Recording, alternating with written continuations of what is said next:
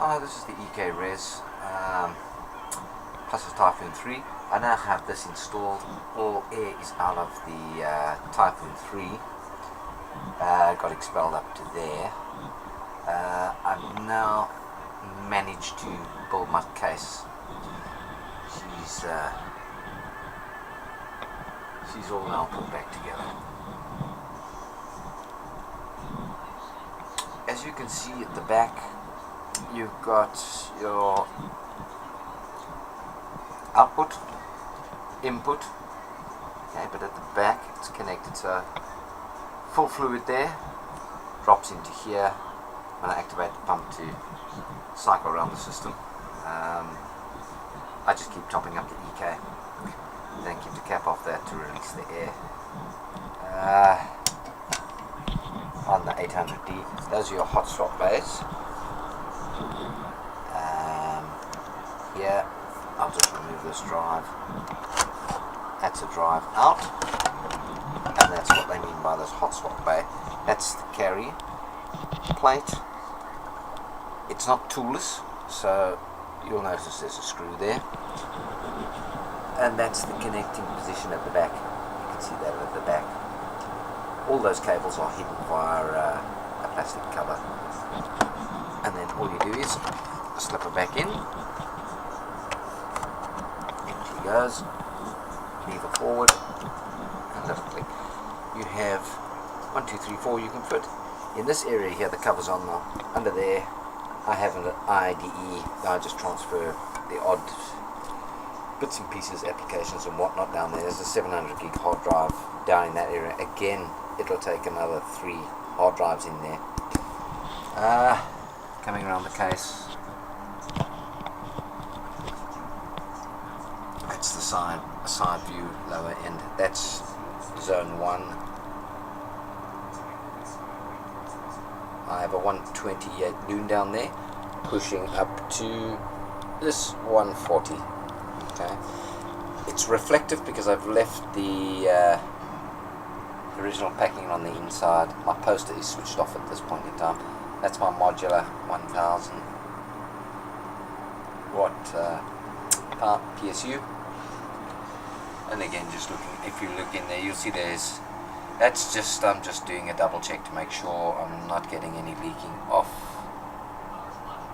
that fusion block, which I fitted to the Rampage Extreme 2. As you can see, I think I said earlier in one of my other videos, my 2 ball valves,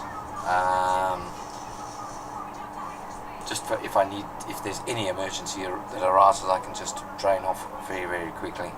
Okay, so you'll notice the tubing is not full way home, and there's no clamps on there at the moment.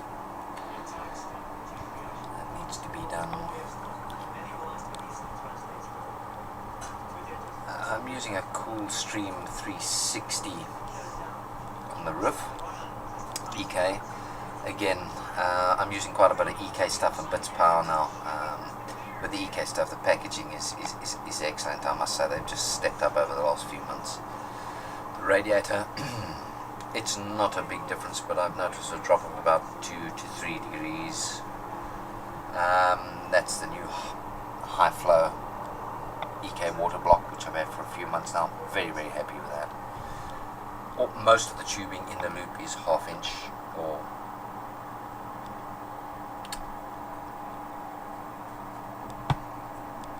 at the bottom.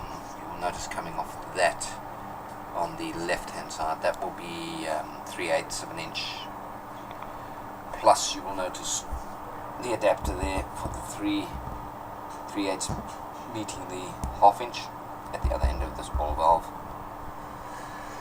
The fan cooler on the memory, it's not really to cool the memory. I'm using that fan at full revs just to pump a bit of air across to the CPU. I've had the side panels off. It does seem to be working, so it's thrusting air down onto the board and across to the CPU. I'll take the side cover off. You can view the back.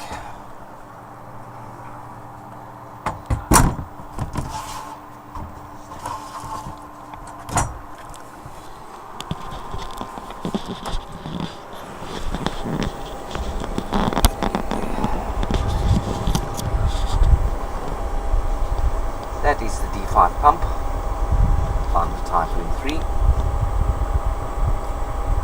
It'll just take a second to focus. There you'll see inlet and the outlet.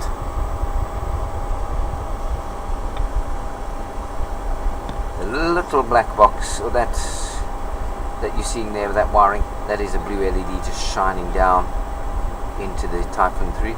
Above that is the EK, and as I say, that's how I fill the system.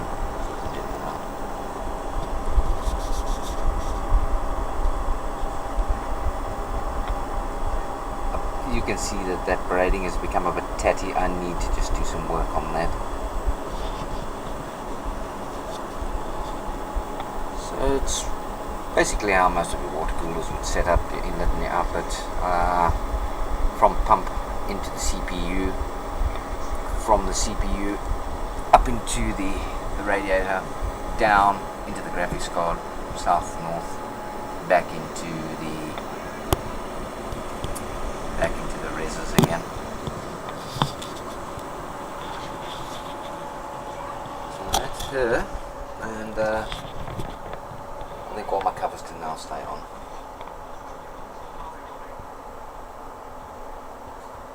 Pumps are, if you can afford to get one, I would then get the D5. Very, very good pump. She's running at full bore at the moment. I'll turn her down to about half speed next couple of hours. Anyway, that's that, until I decide to do some more building.